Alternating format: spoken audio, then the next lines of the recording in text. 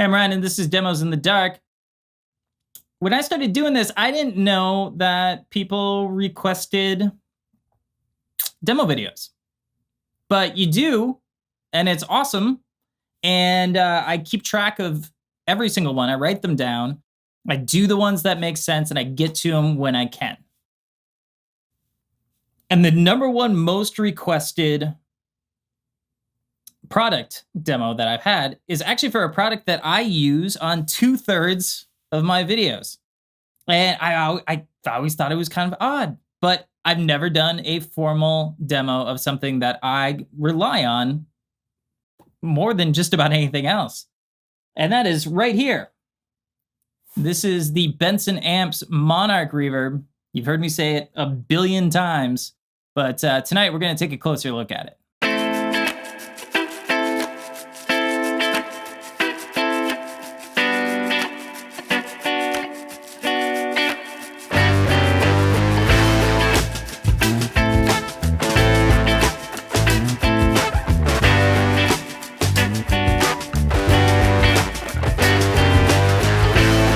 The Monarch was Chris Benson's very first amp design, and largely what all of his other amps are based on.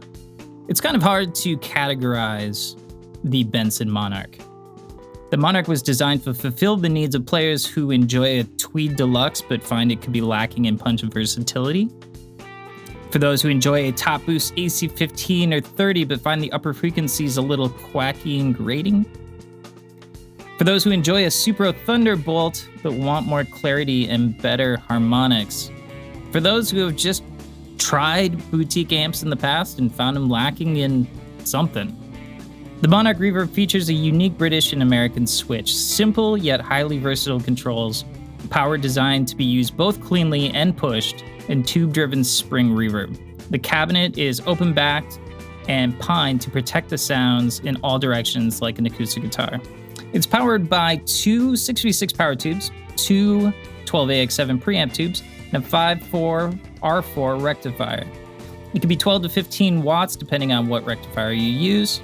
It also ships with a 12-inch Benson custom ceramic speaker made by the folks at Weber. This whole thing weighs about 40 pounds, so it will not break your back on the road. All right, let's start out by throwing this amplifier into a mix like I've done 100 times before, except this time, no overdrive or fuzz pedals, no reverb pedals. I'm just gonna get all of that from the amplifier.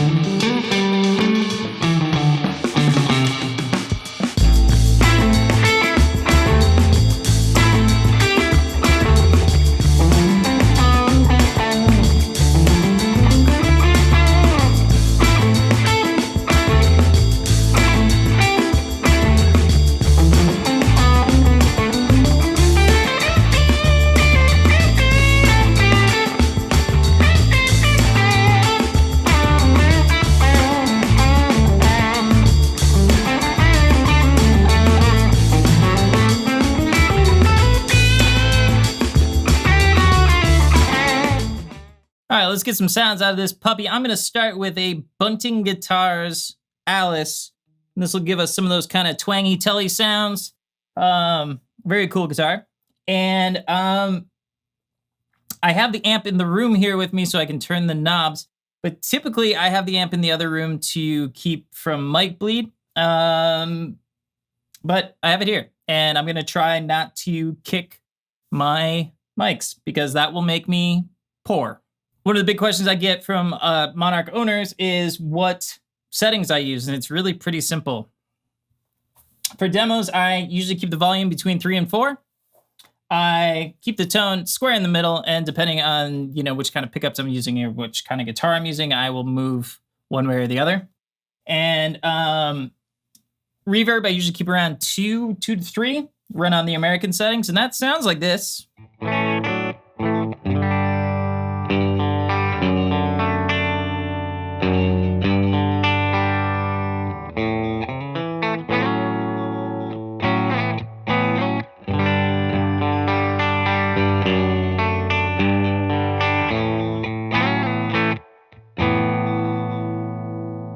We throw it up in the neck pickup and it gets fatter, but it retains that clarity.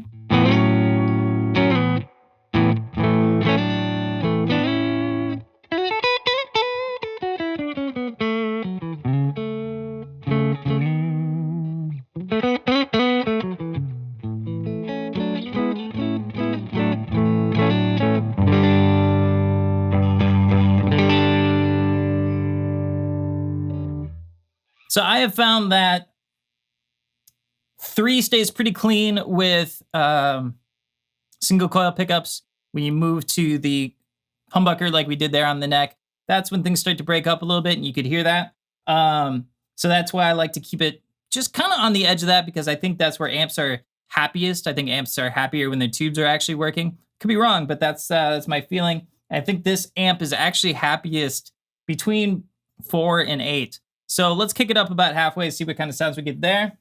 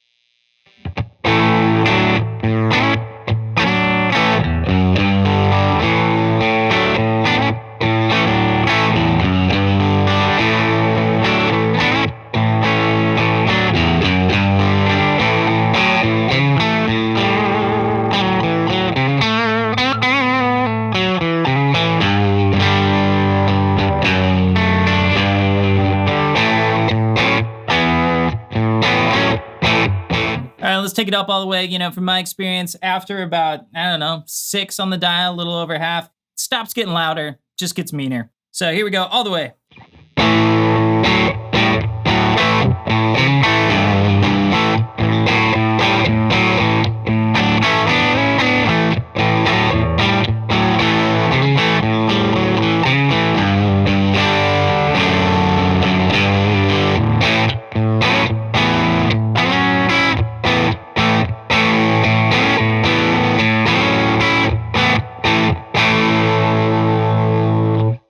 I also think it's a good idea once you kind of get up into the upper volume, once you get 8 and above.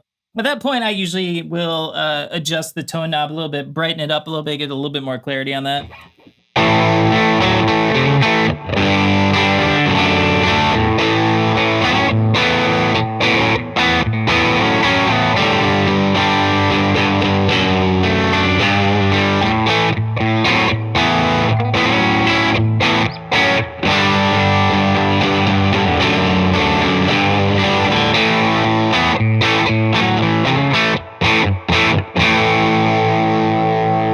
So leave those settings exactly the same, but we will go over into the British mode. And in the British mode, it tightens up the bass quite a bit.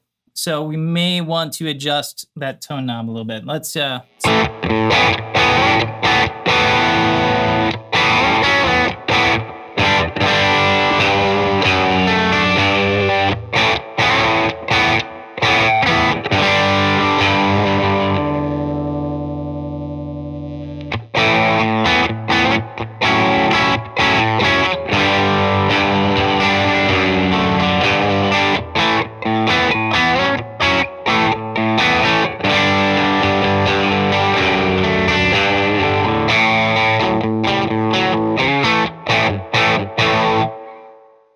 tend to find that the British mode seems to be better at higher gain settings, but we'll drop the volume down here just so I can show you what that sounds like.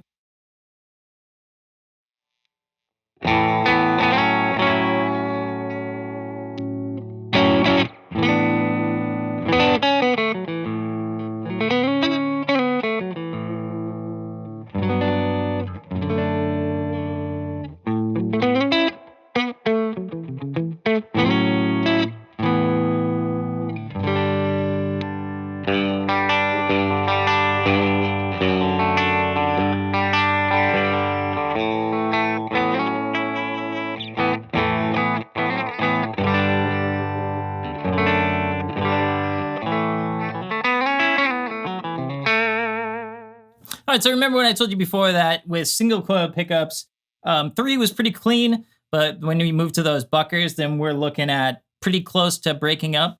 Here's a pretty quick example of that with this Gibson ES339.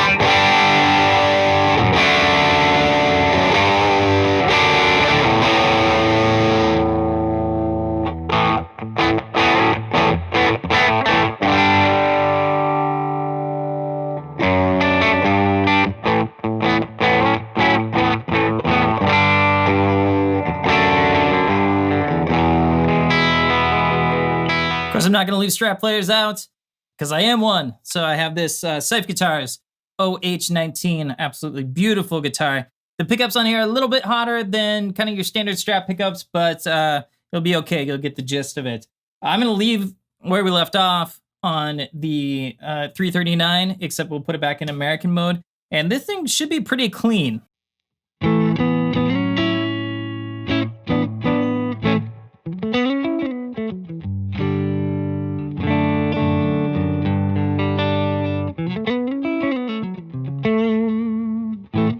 But if we go down to 3, it'll be just crystal.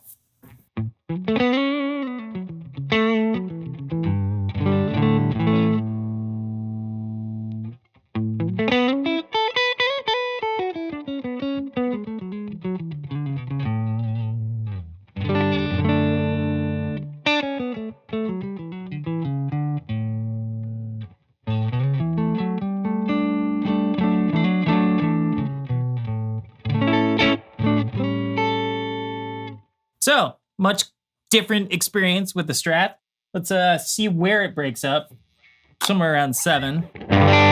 Yep, 7.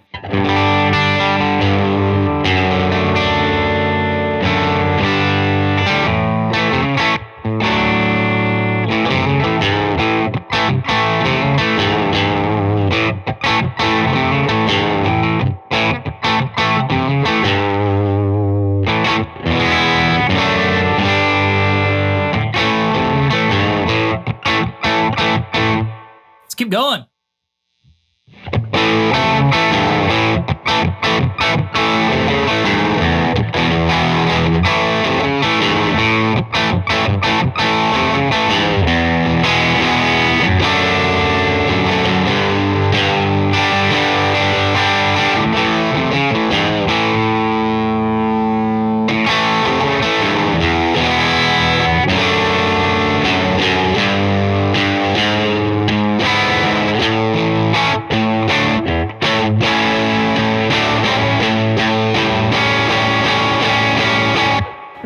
really dark with that too. I haven't messed with the tone knob in the other direction, but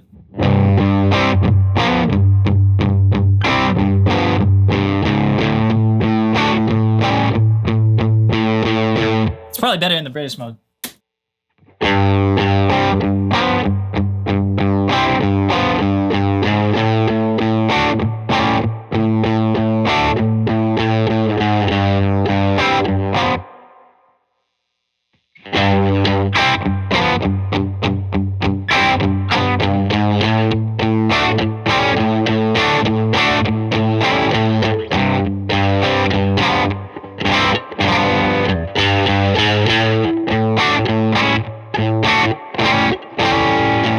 And lastly, this amp has tube powered spring reverb, which is something that I really like to have on amps because, you know, it's like if you got the choice between having onboard reverb and not, why not, you know? So,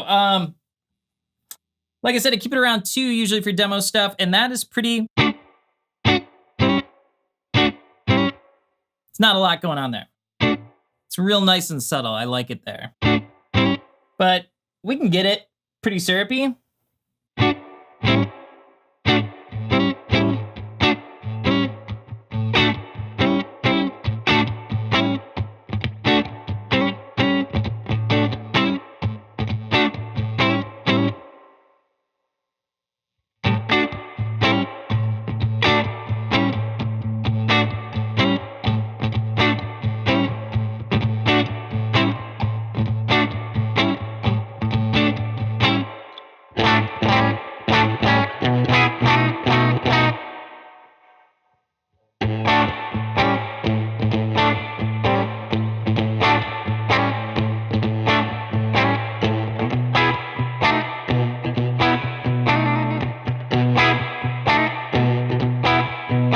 So yeah, that's just a brief overview of the Monarch Reverb. Really easy to control, sounds good pretty much wherever you set it.